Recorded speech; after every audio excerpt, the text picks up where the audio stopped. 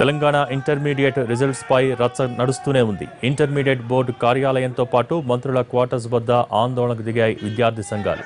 దీంతో విద్యార్థులను పోలీసులు అరెస్ట్ చేయడంతో ఉద్రిక్తతలకు దారితీసింది. మరోవైపు ఇంటర్ బోర్డు ఎదుట ప్రొఫెసర్ నాగేశ్వర్ అరెస్ట్ చేశారు పోలీసులు.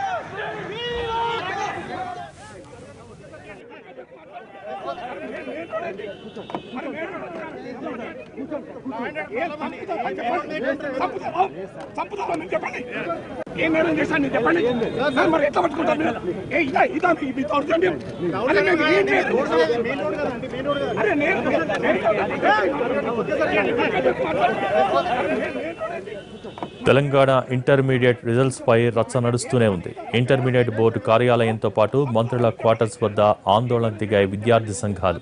దీంతో విద్యార్థులను పోలీసులు అరెస్ట్ చేయడంతో ఉద్రిక్తతలకు దారితీసింది. మరోవైపు ఇంటర్ బోర్డు ఎదుట ప్రొఫెసర్ నాగేశ్వర్ను అరెస్ట్ చేశారు పోలీసులు.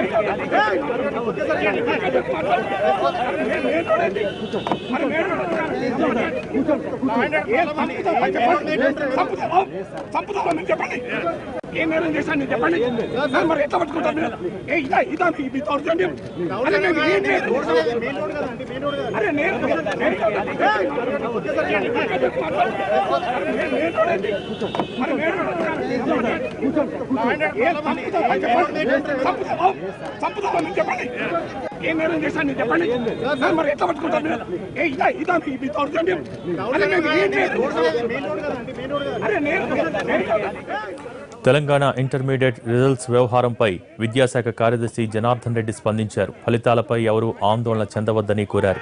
ఇంకా 25 రోజుల సమయం ఉందని తెలిపారు. నిన్నటి వరకు 9,000 అప్లికేషన్లు వచ్చాయన్నారు. ఇంకా ఎవరైనా రీవెరిఫికేషన్, రీకౌంటింగ్కు దరఖాస్తు చేసుకోవచ్చని అన్నారు. సాఫ్ట్వేర్పై వస్తున్న వార్తలపై కమిటీ విచారణ కొనసాగుతోందని తెలిపారు జనార్దన్ రెడ్డి. కమిటీ నివేదిక వచ్చాక దోషులపై చర్యలు తీసుకుంటామని చెప్పారు. ఓఎంఆర్ షీట్లో తప్పులు చేసిన వారిపై కఠిన చర్యలు తీసుకుంటామని అన్నారు. గతంలో ఉన్న చట్టాల కంటే కొత్త చట్టాల ద్వారా వారిని శిక్షిస్తామని అన్నారు. విద్యార్థులు ఎవరూ ఆత్మహత్యలు చేసుకోవద్దని కోరారు.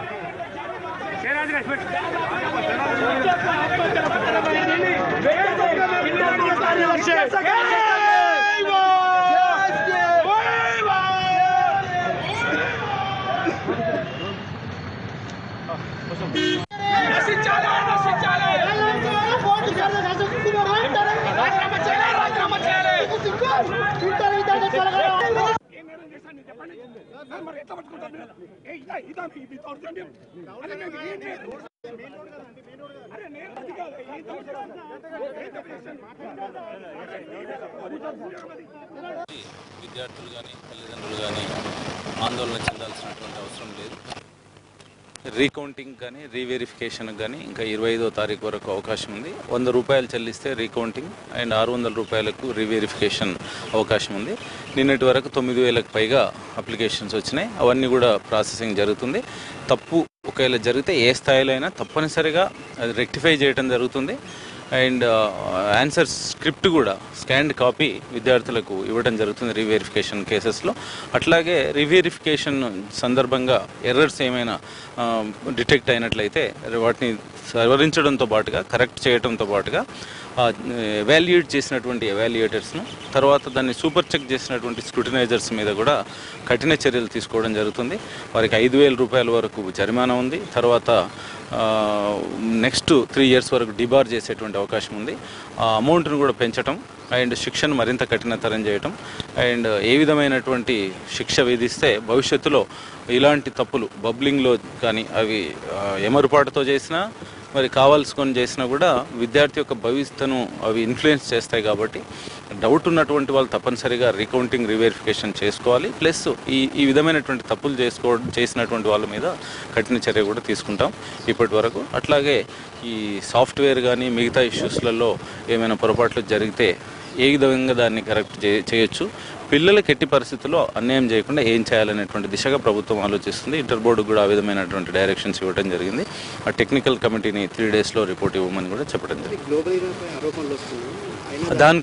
దానికోసమే టెక్నికల్ కమిటీ వేసాము. మరి కమిటీ ఎంక్వైరీలో ఉన్నప్పుడే నేను ఒకటి చెప్పడం కరెక్ట్ కాదు.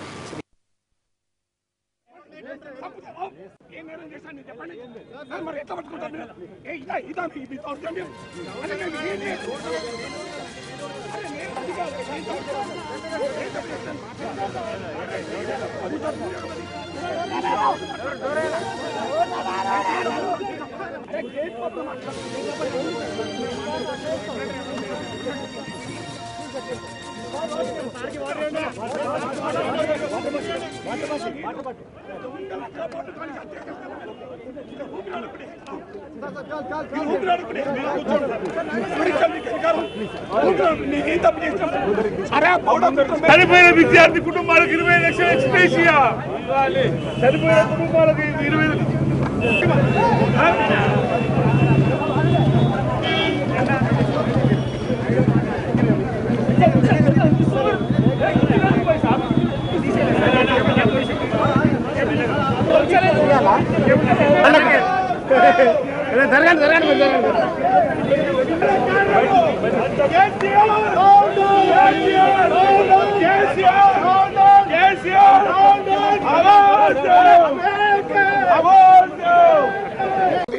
ఆ మానసిక ఒత్తిళ్లు ఏ ఆకృత్యానికైనా వాళ్ళు చేసుకునేలా ప్రమాదాలు కూడా వస్తున్నాయి. అయినా కూడా అధికారులు ఎందుకింత నాకు నిజంగా అర్థం కాదు. వీళ్ళు ఏముంది, మీరు తప్పు చేస్తే ఏం తప్పు చేశారు ఆ సరి చేయండి, తప్పులు జరిగాయంటారు, టెక్నికల్ ప్రాబ్లం అంటారు, తల్లిదండ్రులు దగ్గరికి రానియరు, పోలీసులను పెడతారు. ఇవాళ బోర్డ్ ఆఫ్ ఇంటర్మీడియట్ మీద పోలీసులు కాదు ఉండాల్సింది, బోర్డ్ ఆఫ్ ఇంటర్మీడియట్ అధికారులు ఉండాలి, బోర్డ్ ఆఫ్ ఇంటర్మీడియట్ అఫీషియల్స్ ఉండాలి. చెప్పండి సార్, పరిష్కారం ఏంటి సార్? పరిష్కారం ఇమీడియట్ 2 రకాలు. ఒకటేమో మీకు ఇమీడియట్ పరిష్కారం అంటే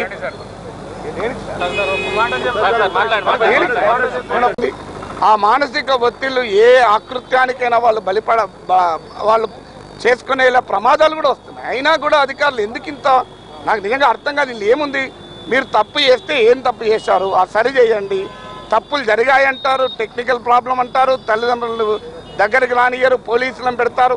ఇవాళ బోర్డ్ ఆఫ్ ఇంటర్మీడియట్ మీద పోలీసులు కాదు ఉండాల్సింది, బోర్డ్ ఆఫ్ ఇంటర్మీడియట్ అధికారులు ఉండాలి, బోర్డ్ ఆఫ్ ఇంటర్మీడియట్ అఫీషియల్స్ ఉండాలి. చెప్పండి సార్, పరిష్కారం ఏంటి సార్? పరిష్కారం ఇమీడియట్ 2 రకాలు. ఒకటేమో మీకు ఇమీడియట్ పరిష్కారం అంటే ఈరోజు we want justice, we want to justice for intermediate students, those who are appeared for exams. పరీక్షలకి హాజరైన విద్యార్థులందరికీ అవకతవకలు జరిగింది. ఈ అవకతవకలు ఎలా జరిగింది అంటే ఒక థర్డ్ పార్టీ ఏజెన్సీకి వాళ్ళు ఇవాల్యుయేషన్ చేయమని ఇచ్చారు. ఆ ఇవాల్యుయేషన్ చేయడం అనేది చాలా తప్పు, దానిలో చాలా తప్పులు దొరికాయి. అదే ఫస్ట్ ఇయర్లో 99 మార్క్స్ వచ్చిన స్టూడెంట్స్కి ఇప్పుడు 0 మార్కులు వచ్చి ఫెయిల్ అని వచ్చింది. ఒక నవ్య అనే అమ్మాయికి నిన్న కరెక్షన్ చేశారు. ఆ కరెక్షన్లో ఈరోజు 98 మార్క్స్ వచ్చింది.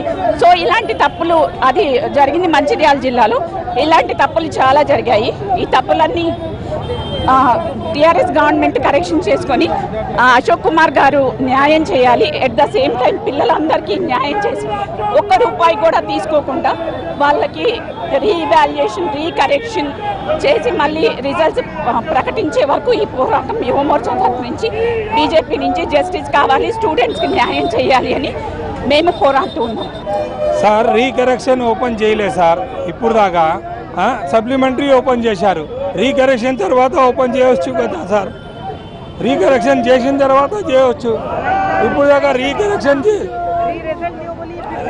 रीकरेक्शन री रिजल्ट होना सर, 2 मार्क्स 1 मार्क्स के लिए चले गए बच्चे, अच्छे पढ़ने वाले बच्चे चले गए. మొన్న జరిగిన ఇంటర్మీడియట్ రిజల్ట్స్లో ఈ అశోక్ కుమార్ గారు మేము మొన్న అడగడానికి వచ్చినాము. ఇది ఎంతవరకు న్యాయము? కనీసం విద్యా అర్హతలు లేని వాళ్లకు పేపర్ కరెక్షన్స్ కి ఇచ్చారండి. మీరు ఎందుకు ఇచ్చారు అని అంటే మేము ఇచ్చినాము, మాకు తెలియదు, రీవాల్యుయేషన్ చెప్పండి అంటే రీవాల్యుయేషన్ కి సబ్జెక్ట్ కి 600 కట్టండి అంటూ. సబ్జెక్ట్ కి ఏ విధంగా 600 కడతామండి? తప్పిదం మీరు చేసి విద్యార్థులను 600 రీవాల్యుయేషన్ కట్టమని అంటే ఎంతవరకు కడతారు? అదే ఒక రీవాల్యుయేషన్ చేపించినాం మేము. 0 మార్కులు వచ్చిన అమ్మాయికి 99 వచ్చినాయి రీవాల్యుయేషన్ లో. ఎంతవరకు న్యాయమండి? ఇది ఒక కేటీఆర్ కుటుంబానికి సంబంధించిన ఒక కంపెనీకి వీళ్ళు పేపర్ కరెక్షన్ ఇచ్చి విద్యార్థుల జీవితాలను నాశనం చేసిండు. విద్యార్థుల జీవితాలతో చెరగాట మారుతున్నారు. ఇప్పటి వరకు చచ్చిపోయిన వారికి కేసీఆర్ గారు మాట్లాడలే, కేటీఆర్ గారు మాట్లాడలే, విద్యాశాఖ మంత్రి మాట్లాడలే. అంటే అది వాళ్ళ ఇంట్లో ఎవరైనా ఒక అబ్బాయి చచ్చిపోతే వాళ్ళు అదే విధంగా ఉంటుండేనా? నేను చూటిగా క్వశ్చన్ చేసిన కేసీఆర్ గారికి కానీ విద్యాశాఖ మంత్రి గారికి కానీ. నిన్న మాట్లాడుతున్నారండి విద్యాశాఖ మంత్రి, ఏం మాట్లాడుతున్నారండి? అదే సెక్రటరీ అశోక్ కుమార్ గారు, ఆయన మినిమం కామన్ సెన్స్ లేదు. కార్యదర్శి అంట, మేము వస్తే రివాల్యుయేషన్ చేసుకోండి చెప్పి ఒక కాల్ సెంటర్ పెట్టి ఒక విద్యార్థికి ఏం న్యాయం అవుతుందో అడుగు. 600 కట్టంటే ప్రతి ఒక్కరితోనే డబ్బులు ఉంటాయండి కట్టడానికి. దీనికి న్యాయం జరగాలి, ఫ్రీగా రివాల్యుయేషన్ చేయాలని మా డిమాండ్ అండి. ఈరోజు we want justice for intermediate students, those who are appeared for exams. పరీక్షలకి హాజరైన విద్యార్థులందరికీ అవకతవకలు జరిగింది. ఈ అవకతవకలు ఎలా జరిగింది అంటే ఒక థర్డ్ పార్టీ ఏజెన్సీకి వాళ్ళు ఇవాల్యుయేషన్ చేయమని ఇచ్చారు. ఆ ఇవాల్యుయేషన్ చేయడం అనేది చాలా తప్పు. దానిలో చాలా తప్పులు దొరికాయి. అదే ఫస్ట్ ఇయర్లో 99 మార్క్స్ వచ్చిన స్టూడెంట్స్కి ఇప్పుడు 0 మార్కులు వచ్చి ఫెయిల్ అని వచ్చింది. ఒక నవ్య అనే అమ్మాయికి నిన్న కరెక్షన్ చేశారు. ఆ కరెక్షన్లో ఈరోజు 98 మార్క్స్ వచ్చింది. సో ఇలాంటి తప్పులు, అది జరిగింది మంచిర్యాల జిల్లాలో, ఇలాంటి తప్పులు చాలా జరిగాయి. ఈ తప్పులన్నీ టీఆర్ఎస్ గవర్నమెంట్ కరెక్షన్ చేసుకొని అశోక్ కుమార్ గారు న్యాయం చేయాలి. ఎట్ ద సేమ్ టైం పిల్లలందరికీ న్యాయం చేసి ₹1 కూడా తీసుకోకుండా వాళ్ళకి రీవాల్యుయేషన్, రీకరెక్షన్ చేసి మళ్ళీ రిజల్ట్స్ ప్రకటించే వరకు ఈ పోరాటం. తెలంగాణ ఇంటర్మీడియట్ రిజల్ట్స్ పై రచ్చ నడుస్తూనే ఉంది. ఇంటర్మీడియట్ బోర్డు కార్యాలయంతో పాటు మంత్రుల క్వార్టర్స్ వద్ద ఆందోళనకు దిగాయి విద్యార్థి సంఘాలు. అక్కడ తాజా పరిస్థితిని మా ప్రతినిధి మహేష్ లైవ్ ద్వారా అందిస్తారు. Mahesh, over to you. Intermediate ఫలితాల తర్వాత ఆందోళన కార్యక్రమాలు ఇంకా కొనసాగుతూనే ఉంది. ఇంకా నిరసనలు వ్యక్తం అవుతూనే ఉన్నాయి. పేరెంట్స్తో పాటు ఇటు విద్యార్థి యువజన సంఘాలు కూడా ఆందోళనలు వ్యక్తం చేసినటువంటి నేపథ్యం. ఇంటర్మీడియట్ బోర్డుతో పాటు ఈరోజు మినిస్టర్స్ క్వార్టర్స్ను కూడా విద్యార్థి సంఘాలు ముట్టడించేటువంటి ప్రయత్నం చేశాయి. దీంతో పాటు ప్రొఫెసర్ నాగేశ్వర్ కూడా ఇంటర్మీడియట్ బోర్డు ముందు ఆందోళనకు దిగేందుకు సమావేశమైనటువంటి నేపథ్యంలో వీళ్ళందరినీ కూడా పోలీసులు అరెస్ట్ చేసి అక్కడి నుంచి తీసుకెళ్లడం జరిగింది. ఇంటర్మీడియట్ బోర్డు ముందు టీఎన్ఎస్ఎఫ్ నేతలు ఆందోళనకు దిగే ప్రయత్నం చేస్తే మినిస్టర్ క్వార్టర్స్లో ముందు మాత్రం ఏఎస్ఎఫ్ సంబంధించినటువంటి విద్యార్థులు అక్కడ ఆందోళన దిగేందుకు వచ్చారు. ఏదైతే ఇంటర్మీడియట్ ఫలితాల్లో జరిగిన అవకతవకలపైన విచారణ జరిపించాలి, మంత్రి బాధ్యత వహించాలన్నటువంటి అంశాలపైనే వారు ప్రధానంగా డిమాండ్తో ఈరోజు ఆందోళనకి దిగారు. మరొక వైపు ప్రభుత్వం కూడా ఈ అంశంపైన ప్రత్యేకమైనటువంటి దృష్టి పెట్టిందని చెప్పొచ్చు. ఇప్పటికే పలుమార్లు సీఎస్ ఈ అంశంపైన రివ్యూ చేయడం జరిగింది. అదేవిధంగా మంత్రి జగదీష్ రెడ్డి కూడా ఈ అంశంపైన రివ్యూ చేశారు. ఒక టెక్నికల్ కమిటీని కూడా వేయడం జరిగింది. టెక్నికల్ కమిటీని వేస్తూ ప్రభుత్వం నిన్న ఉత్తర్వులు కూడా జారీ చేసినటువంటి నేపథ్యం. ఇప్పటికే కమిటీతో విద్యాశాఖ అధికారులు సమావేశం అయ్యారు. కమిటీకి ఏ అంశాలపైన విచారణ జరపాలనేటువంటి దానిపైన కూడా కమిటీకి బ్రీఫ్ చేయడం జరిగింది. రేపు లేదా ఎల్లుండి దీనికి సంబంధించినటువంటి రిపోర్టు వచ్చేటువంటి అవకాశం ఉంది. ఈరోజు కూడా ప్రభుత్వ ప్రధాన కార్యదర్శి జోషి విద్యాశాఖ కార్యదర్శితో సమావేశమయ్యారు. లేటెస్ట్ అప్డేట్స్ పైన ఆయనతో చర్చించారు. ఇంకా మీడియాలో వస్తున్నటువంటి కథనాలు కానీ ఇంటర్మీడియట్ దగ్గర నెలకొన్నటువంటి పరిస్థితి పైన వారు సమీక్షించారు. ఏదైతే ఏజెన్సీ విషయంలో కానీ లేకపోతే తల్లిదండ్రుల యొక్క ఆందోళన విషయాలపైన కూడా వాళ్ళు దృష్టి పెట్టినట్టుగా కనిపిస్తుంది. ఒకవేళ అప్లికేషన్స్ కనుక దరఖాస్తులు ఇంకా ఎక్కువగా వచ్చే పరిస్థితి కనుక ఏర్పడితే అవసరం అనుకుంటే ఈ దరఖాస్తు ఈ నెల 25 వరకు ఉన్నటువంటి దరఖాస్తు గడువు ఏదైతుందో దాన్ని పెంచేటువంటి ఆలోచన కూడా ప్రభుత్వ పరంగా చేస్తున్నట్టుగా తెలుస్తుంది. ఇంతేకాకుండా ఇప్పటివరకు 9,000 దరఖాస్తులు కూడా వచ్చినట్టుగా విద్యాశాఖ కార్యదర్శి చెప్పడం జరిగింది. మరొక వైపు బాలల హక్కుల సంఘం హైకోర్టుని ఆశ్రయించింది. దీని ఏదైతే విద్యార్థులకి జరుగుతున్నటువంటి అన్యాయం పైన కానీ లేకపోతే ఇక్కడ చోటు చేసుకున్న పరిణామాలపైన దృష్టి పెట్టాలన్నటువంటి విషయంపైన హైకోర్టు దృష్టికి తీసుకెళ్లేదు జరిగింది. మరొక వైపు పేరెంట్స్ అసోసియేషన్స్ కూడా రౌండ్ టేబుల్ సమావేశాలు పెట్టడం జరిగింది. మరికొన్ని విద్యార్థి సంఘాలు కూడా దీనిపైన రౌండ్ టేబుల్ సమావేశం పెట్టేసి దీనికి సంబంధించిన పేరెంట్స్ని అదేవిధంగా విద్యారంగ నిపుణులతో సమావేశాన్ని ఏర్పడేసి వాళ్ళ యొక్క అభిప్రాయాలు కూడా తీసుకునేటువంటి ప్రయత్నం చేస్తుంది. మరొక వైపు ఈరోజు సాయంత్రం 4 గంటలకి బీజేపీ బృందం కూడా ప్రభుత్వ ప్రధాన కార్యదర్శి సిఎస్ని లక్ష్మణ్ పార్టీ అధ్యక్షుడు లక్ష్మణ్ నేతృత్వంలో ఇంటర్మీడియట్ బోర్డులో జరిగినటువంటి అవకతవకల విషయంలో విచారణ జరిపించాలని చెప్పేసి సిఎస్ను కూడా కలవబోతున్నారు. ఓవరాల్గా చూసుకున్నట్లయితే ఈ రచ్చ ఇప్పట్లోగా ఆగేలాగా కనిపించట్లేదు. అయితే ప్రభుత్వం నుంచి మాత్రం ఎట్టి పరిస్థితులు ఎవరైతే తప్పులు పాల్పడారు ఏజెన్సీ కానీ లేకపోతే మాన్యువల్గా పేపర్ వాల్యూషన్లో జరిగినటువంటి పొరపాట్లకు బాధ్యులైన వాళ్ళు కానీ వీళ్ళపైన కఠినమైనటువంటి చర్యలు తీసుకుంటామని చెప్పేసి కూడా ప్రభుత్వం చెప్తుంది. ఇప్పుడే కొద్దిసేపటి క్రితం మీడియాతో మాట్లాడినటువంటి జనార్దన్ రెడ్డి కూడా ఇదే విషయాన్ని స్పష్టం చేశారు. ఎవరైతే ఈ తప్పిదాలకు పాల్పడరో వాళ్ళపైన కొత్త చట్టాల ద్వారా కఠిన చర్యలు తీసుకోవడం జరుగుతుంది. ప్రతి ఒక్క విద్యార్థి కూడా న్యాయం చేయడం జరుగుతుంది. ఎవరు కూడా ఆందోళన చెందాల్సినటువంటి అవసరం లేదన్నటువంటి విషయాన్ని వాళ్ళు స్పష్టం చేశారు. ఇప్పటికి కూడా ప్రభుత్వం మాత్రం గట్టిగా నమ్ముతుంది ఏంటంటే అక్కడ జరుగుతున్నటువంటి అంతర్గత కుమ్ములాటల వల్లనే అక్కడ ఉన్నటువంటి సంఘాలు కానీ అక్కడ ఉన్నటువంటి ఉద్యోగులు అధికారుల మధ్య జరుగుతున్నటువంటి ఆధిపత్య పోరు కావచ్చు లేకపోతే ఇంటర్నల్గా వాళ్ళ మధ్య ఉన్నటువంటి గ్లిచెస్ గొడవలు కావచ్చు. వీటి మూలనే అక్కడ ఈ చిన్న జరిగినటువంటి పొరపాట్లు పెద్దగా జరిగినట్టుగా చూపెట్టే పరిస్థితిని వాళ్ళే తీసుకొచ్చారన్నటువంటి అభిప్రాయంతో ప్రభుత్వం ఉంది. ఎక్కువగా పెద్దగా ప్రతి సంవత్సరం ఏవైతే తప్పులు జరుగుతాయో అటువంటి తప్పులు ఈసారి కూడా జరిగినటువంటి అభిప్రాయాన్ని ప్రభుత్వం సంబంధించినటువంటి పెద్దలు వ్యక్తం చేసినటువంటి నేపథ్యంలో దీనిపైన ఇంకా ఫర్దర్గా ఎలాంటి యాక్షన్ ఉంటుందనేది మాత్రం చూడాల్సి ఉంది. Bhogi. Okay, thank you Mahesh. ఇక మరోవైపు ఇంటర్మీడియట్ బోర్డు వద్ద అలాగే ఎమ్మెల్యే క్వార్టర్స్ వద్ద విద్యార్థి సంఘాల ఆందోళన నిర్వహిస్తున్నాయి. దీనికి సంబంధించి మరిన్ని డీటెయిల్స్ మా ప్రతినిధి రవి అందిస్తారు. రవి, ప్రస్తుతం అక్కడ విద్యార్థి సంఘాల ఆందోళన చేస్తున్న పరిస్థితి, ప్రస్తుతం సిచ్యువేషన్స్ ఎలా ఉన్నాయి?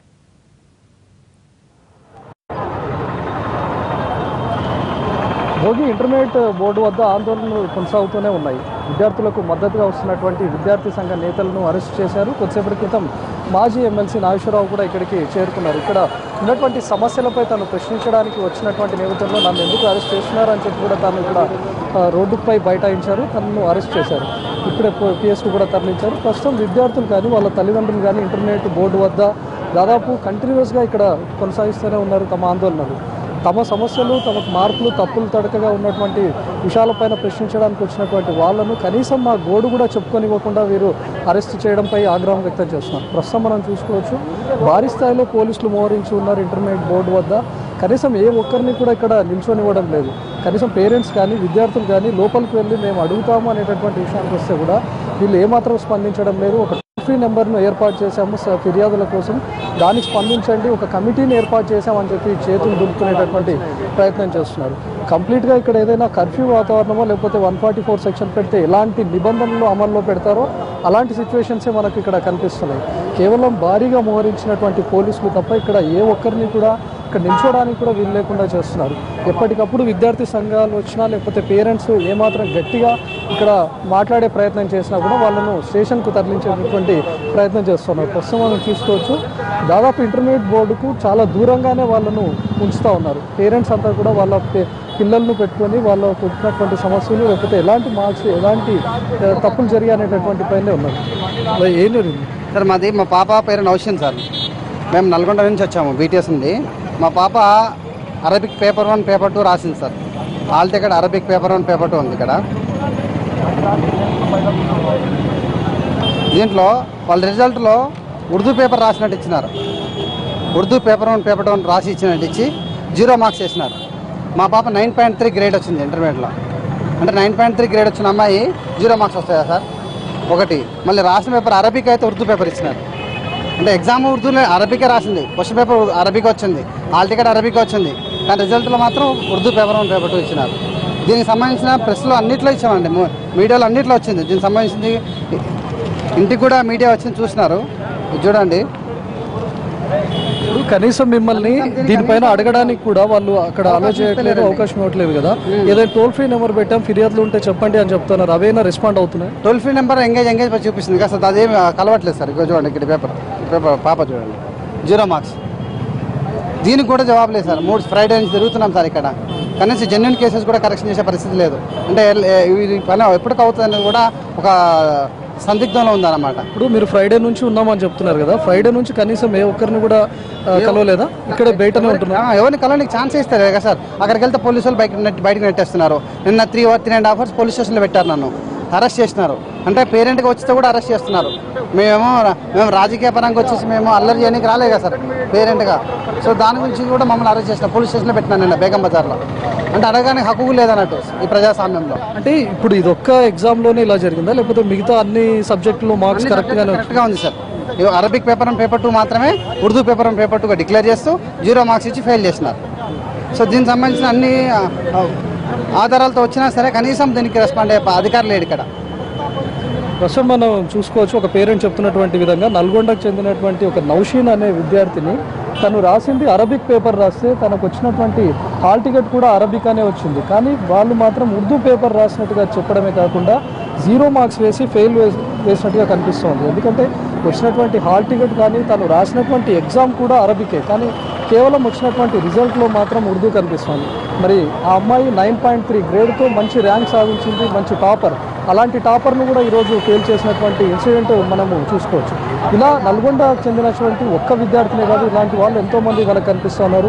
ప్రతి ఒక్క పేరెంట్స్ చెప్తున్నటువంటి కూడా ఇదే. ఎందుకంటే టాపర్స్గా ఉన్నటువంటి విద్యార్థులు వీళ్ళందరినీ ఫెయిల్ చేయడం, లేకపోతే 0 మార్క్స్ వేయడం, రాసింది ఒక సబ్జెక్టు చేసింది ఒక సబ్జెక్ట్ అయితే ఇంకొక దగ్గర ఇంకో సబ్జెక్ట్ రాసినట్టుగా పెట్టడం, ఇట్లాంటివి ఏ పేరెంట్ని చూసినా కూడా విద్యార్థులకు కలిసినా కూడా ఇదే మనకు కనిపిస్తుంది. ప్రతి ఒక్కరు కూడా మార్క్స్లో తప్పులు తడకగా ఉన్నాయి అని చెప్పి వచ్చినటువంటి వాళ్ళు. మరి ఇలాంటి సిచ్యువేషన్స్లో కనీసం ఇక్కడికి వచ్చి వాళ్ళు కలుద్దాము మాట్లాడదామన్నా కూడా వాళ్ళు ఎవరు రెస్పాండ్ అయినటువంటి పరిస్థితి. మీరు ఇంటర్వ్యూ సార్, మేము ఏదైతే ఎగ్జామ్ రాసినాం, ఇంటర్ ఎగ్జామ్ రాసిన తర్వాత మేము ఇంటర్ ఎగ్జామ్ రాసినాం. ఎంత కష్టపడి పొద్దుగాల 6 గంటలకు లేచి అన్నీ తయారయ్యి మేము మళ్ళీ ప్రిపేర్ అయ్యి అన్నీ పోతాయి. మళ్ళీ మాకు లాస్ట్కి ఏమో ఇట్లా అంటారు, పేపర్లు లేవు అని కొంతమంది అంటారు. లాస్ట్ టైం మాకు ఏదైతే 5 days బ్యాక్ ఏమో పేపర్లు గల్లంతైనాయి అని చెప్పి వచ్చినాయి. దాని తర్వాత ఏమో పేపర్లు ఏం గల్లంత కాలే, మళ్ళీ ఈరోజు వస్తున్నాయి అని చెప్పి మళ్ళీ ఫస్ట్. ఇప్పుడు మీకు ఎన్ని మార్క్స్ అంటే ఏదైనా సబ్జెక్ట్లో ఫెయిల్ చేయడం కానీ మార్క్స్ తక్కువ వేయడం కానీ జరిగింది? మా ఏదైతే నాకు 15, 17 వచ్చినాయండి. ఏదైతే మ్యాథ్స్లో ఫిజిక్స్లో తక్కువ వచ్చినాయండి, చాలా తక్కువ వచ్చినాయి. మరీ అంత తక్కువ రావు. నేను ఎందుకంటే నేను మంచి కాన్ఫిడెన్స్తో రాసిన, మంచిగా కాదన్నా 45 కాదన్నా 40 దాకా వస్తాయి, కాదన్నా 40 మార్క్స్ దాకా వస్తాయండి. మరి కాకుంటే అదే ఇప్పుడు మాకు ఇట్లా అయిందని చెప్పేసి ఎవ్వరు స్పందిస్తలేరు. అదే వాళ్ళకి ఓటింగ్లకి ఇట్లా అయ్యి ఉంటే మాత్రం వాళ్ళు పక్క వచ్చేటోళ్ళు కదండి. మరి ఎందుకండి మమ్మల్ని ఎందుకు ఇట్లా స్టూడెంట్స్ని ఎందుకు ఇట్లా? మా ప్రాబ్లం ఏంటంటే అండి, ఇక్కడ మాకు అప్లై చేసుకోనికి నెట్లో రీకౌంటింగ్కి రీవాల్యుయేషన్కి అప్లై చేసుకోనికి ఒక ఇది ఇచ్చిండ్రు డేటా లాంటిది. కానీ అందులో మేము అన్ని పేర్లు గీర్లు స్టూడెంట్ అన్ని కొట్టాక కూడా సబ్జెక్ట్స్ దానికి వస్తే ఫర్దర్గా మూవ్ అయితే లేదు.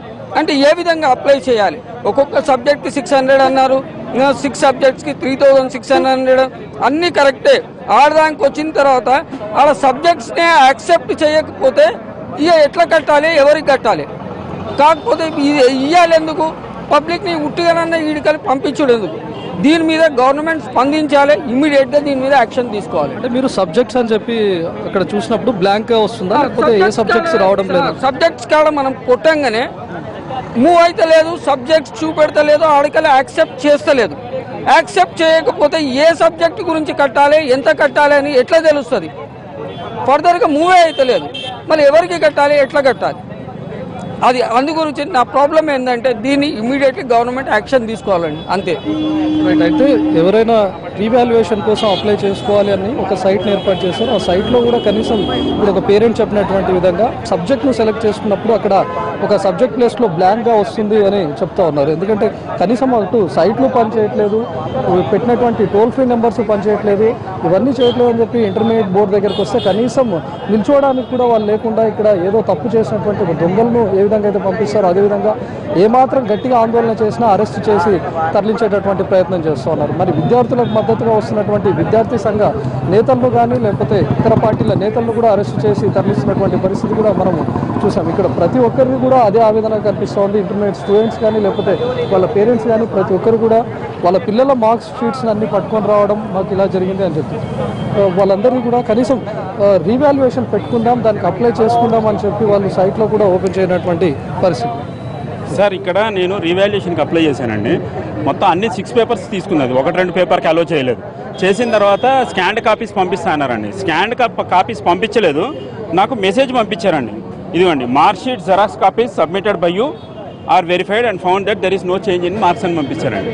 స్కాన్డ్ కాపీస్ మాత్రం మెయిల్కి రాలేదండి, అన్ని కరెక్ట్గానే ఉన్నాయనేసి పంపించారండి. ఇది how far it is correct అండి. 3600 రూపీస్ నేను పే చేశాను. When you are saying it is correct, you have to send me the scanned copies. 6 subjects మీరు పెట్టుకున్నారు, 6 సబ్జెక్ట్స్ పెట్టుకురండి. ఇవ్వండి, దానికి సంబంధించింది ఇదిగోండి, your request for verification is submitted successfully. దాని అక్నాలజ్మెంట్ నెంబర్ కూడా ఇక్కడ ఉందండి, మీరు కావాల్సి దీన్ని చూపించుకోవచ్చు. అయితే ఎంత దారుణంగా బిహేవ్ చేస్తున్నారండి. నో వన్ ఈజ్ టేకింగ్, అసలు వచ్చి మాట్లాడడం కానీ మినిస్టర్ కానీ కన్సర్న్ మినిస్టర్ కానీ ఇంత గడబడవుతున్నప్పుడు they have to come and explain to the people కదా. ఇంతమంది students life is at risk. ఇప్పుడు 1 మార్క్ 2 మార్క్స్లో పోయిన వాళ్ళు ఎంతోమంది సూసైడ్ కూడా చేసుకుంటున్నారు, చూస్తూనే ఉన్నారు. మరి the government has to respond. KTR కానీ కేసీఆర్ కానీ కన్సర్న్ మినిస్టర్ కానీ if they are busy concern minister can take responsibility and come and సరిదిద్దాలి. ఏమీ లేదు అనుకొని పోతూ ఉంటే ఏమి ఉండదు. రీవాల్యుయేషన్ కోసం పెట్టుకున్నప్పుడు అక్కడ బ్లాంక్స్ కూడా వస్తున్నాయి, ఒక సబ్జెక్ట్స్ పెట్టినా కూడా రావట్లేదు అని చెప్తున్నారు. అంటే సైట్ కరెక్ట్గానే వర్క్ చేసిందో? 6 పేపర్స్ తీసుకుంటుందండి, ఒక పేపర్ తీసుకోవట్లేదు. మొత్తం 6 పేపర్స్ కంపల్సరీ పెట్టాల్సి వస్తుంది. సింగిల్ పేపర్ పెట్టుకోవాలి? సింగిల్ లేదు, నేను సింగిలే పెడదాం అనుకున్నాను. యాక్చువల్లీ మ్యాథ్స్, ఫిజిక్స్, కెమిస్ట్రీ పెడదాం అనుకున్నాను. సాంస్క్రిట్ దానిలో పర్వాలేదు. మిగతా ఇవి 4 పెడదాం అనుకుంటే it is not at all allowing. Forced to put all the 6. 3600 కట్టానండి. కడితే ఒక మెసేజ్ పంపించారండి అన్ని కరెక్ట్గా ఉన్నాయని. వాళ్ళు ప్రామిస్ చేసింది ఏంటి, ఆ రోజు అశోక్ గారు కూడా ఇక్కడ మాట్లాడారు, మేము స్కాన్డ్ కాపీస్ పెడతాము. ఐ హ్యావ్ డౌట్ అండి, అసలు మా పిల్లల పేపర్స్ అన్ని పోయినట్టున్నాయండి, ఎక్కడో మిస్ అయినట్టున్నాయి and they are unable to put it అండి. Kindly do justice sir. Concern person authority ఎవరైతే ఉన్నారో మాకు తెలియదు, concern person come and let them do justice to all the students please. I request ministry గారిని, concern minister గారిని వచ్చి చూడమనండి. ఇన్ని రోజులైనా ఇంత అవుతున్నా కానీ రెస్పాండ్ కాకపోతే ఇబ్బంది. 3 మెంబర్ కమిటీ అవన్నిటిలోంచి అయ్యేటప్పటికి పుణ్యకాలం కాస్త పోతుందండి. కమిటీ వేసామని చెప్తా ఉన్నారు, మరి ఆ కమిటీ కూడా ఏం చెప్పలేదు సార్. ఆ కమిటీ ఏంటో నాకు తెలియదు, వాళ్ళు ఏం జస్టిస్ చేస్తారో మనకైతే ఐడియా లేదు. As a common man I don't have any idea about the committee. వాళ్ళు ఏం చేస్తారనేది తెలియట్లేదు. యాక్చువల్లీ ఇన్ని ప్రాబ్లమ్స్ ఉన్నప్పుడు కన్సర్న్ పర్సన్ వచ్చి ఒక్కొక్కటి సాల్వ్ చేయాలి. అసలు బయట లోపలికే పోనీయట్లేదండి. ఎవరితోనో మాట్లాడదామన్నా ఎవరు రావట్లేదు. పోలీసులు అక్కడ ఆపేస్తున్నారు. మేమేదో క్రిమినల్స్ లాగా లోపలికి వెళ్ళేదో గడబడి చేస్తాం అన్నట్టు ఆపేస్తుంటే పేరెంట్స్ ఇంకెక్కడికి వెళ్ళగలం? నేను డైరెక్ట్ కేసీఆర్ దగ్గరికి కానీ కేటీఆర్ దగ్గరికి కానీ వెళ్ళలేను కదండి. KTR, I like KTR very much. కానీ ఇట్లా ఉంటే ఎట్లా సార్, అసలుకి ఇంత దారుణమా?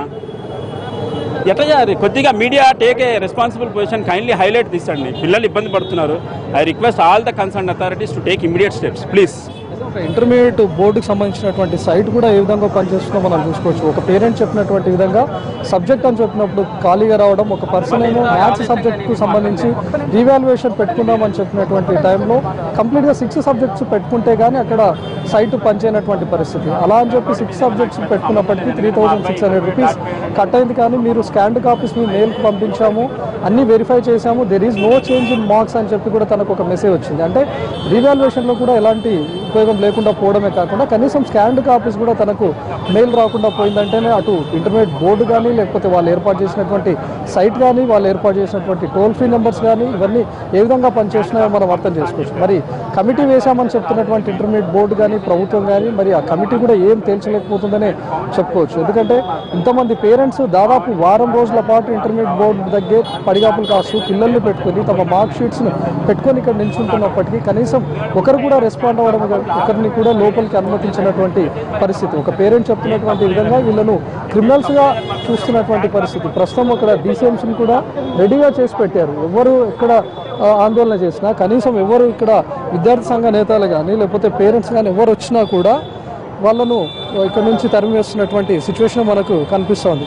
కనీసం మనకు ఇంటర్మీడియట్ బోర్డు నుంచి ఎంత దూరంలో ఉన్నామో మనం చూసుకోవచ్చు. వీళ్ళందరినీ కూడా ఇక్కడ నుంచి ఇలా పంపించేస్తున్నటువంటి పరిస్థితి. మీది సేమ్ సిచ్యువేషన్. ఎప్పటి నుంచి ఉన్నారు ఇక్కడ?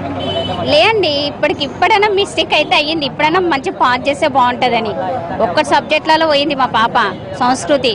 అందులో ఇప్పుడు డిగ్రీకి వెళ్ళాలి. ఎట్లానన్నా మీరు దయచేసి మా మీద దయ ఉండి దేవుళ్ళని అనుకో. మార్క్స్ 300 మార్క్స్ వచ్చినాయి. 500 దాకా వస్తాయి అనుకున్నాం, తక్కువ వచ్చేసినాయి. ఇప్పుడన్నా కలెక్షన్ చేసి మంచిగా పాస్ చేస్తే బాగుంటుందని మేము. ఒక సాంస్క్రిట్ ఎగ్జామ్లోనే మిగతా అన్ని సబ్జెక్టులు సెకండ్ ఇయర్ ఫస్ట్ ఇయర్ 2 సబ్జెక్టులు ఎకనామిక్స్ సివిక్స్. ఇప్పుడన్నా వెళ్తే బాగుంటుందని జర కలెక్షన్ మంచిగా చేయమని చెప్పండి సార్ ప్లీజ్. మా మీద జర దయ చూసి పాప డిగ్రీ కోవాలని మాకు ఆశ. మీది సబ్జెక్ట్స్ నాకు 5 సబ్జెక్ట్స్, ఒక్క సబ్జెక్ట్ పాస్ కాకుండా అన్ని ఫెయిల్ అయినాయి. ఎట్లనేమో ఇది అన్నీ మంచిగా పర్ఫెక్ట్ చదువుకున్నాను. నేను రాయల్ జూనియర్ కాలేజ్ మంచిగా చదువుకున్నా కానీ నేను అన్ని పాస్ అవుతా అని నాకు హోప్ ఉండే. మా మమ్మీ మా డాడీ ఎవ్వరు మాట్లాడతలే. అన్ని టోటల్ మార్క్స్ 35 మార్క్స్ వచ్చినాయి. ఏం చూడాలి, ఏం చేయాలి, ఎట్లా అని మా డాడీ మాట్లాడతలే. మా చెల్లెతో నాతోటి మేము ముగ్గురం ఒకటైనా మా డాడీ ఒకటి ఇంట్లోకి వెళ్ళిపోండి అంటూ. అసలు నేను చావాలనుకుంటున్నా కానీ ప్లేస్ మూవింగ్ గట్టి ఎందుకు వచ్చినా అంటే మా ఇంట్లో నేను ఒక్కరిని పోతే మా మమ్మీ మా డాడీ మా చెల్లె అనాథ అయిపోతుంది. అట్లా నేను ప్లేస్ మూవింగ్ వచ్చినాయి. అలా తక్కువ వచ్చాయా అంటే నీకు హోప్ ఉన్నటువంటి మార్క్స్ కూడా చాలా తక్కువ వచ్చినాయి. 35 మార్క్స్ టోటల్ 35 మార్క్స్ వచ్చినాయి నాకు ఫస్ట్ ఇయర్లో. ఇప్పుడు ఫస్ట్ అన్ని సబ్జెక్టులు ఫెయిల్ అయినా అన్ని హోప్ అయి ఉండే. మంచిగా ట్యూషన్ చదివినా కాలేజ్లో కూడా ప్రిపరేషన్ మంచిగా ఇచ్చేళ్ళు. మా చెల్లె నాతో నా ముంగట ఉన్నోడు పాస్ అయ్యాను కానీ నేను వెనకాల ఉన్నా నేను ఫెయిల్ అయిపోయాను. అన్ని సబ్జెక్ట్స్ ఫెయిల్ అయినా. 35 మార్క్స్ వచ్చినాయి నాకు. ఏం 35 ఒక సబ్జెక్ట్లో పాస్ అయితే 35 మార్క్స్ అట్లా టోటల్ 35 వస్తే సిగ్గు లేస్తుంది నాకే. ఇట్లా నా ఇంట్లో నాకు బస్సులో ముఖం చూసుకోకపోతే ఇట్లా లేసే నేను ఎందుకున్నా అనిపిస్తుంది ఈ స్టేట్లో. ఈసారి ఎట్లనైనా మీరు చేసి కలుపుకొని పాస్ చేయండి. డిగ్రీ కోవాలి మా పాప. ఏదైనా ఆడపిల్ల కదా, ఏదైనా ఆమె కాళ్ళ మీద ఆమె నిలబడితే మంచిగా ఉంటుంది కదా. మేమంటే చదువుకోలేము, వెనకటోళ్ళం. ఇప్పుడైనా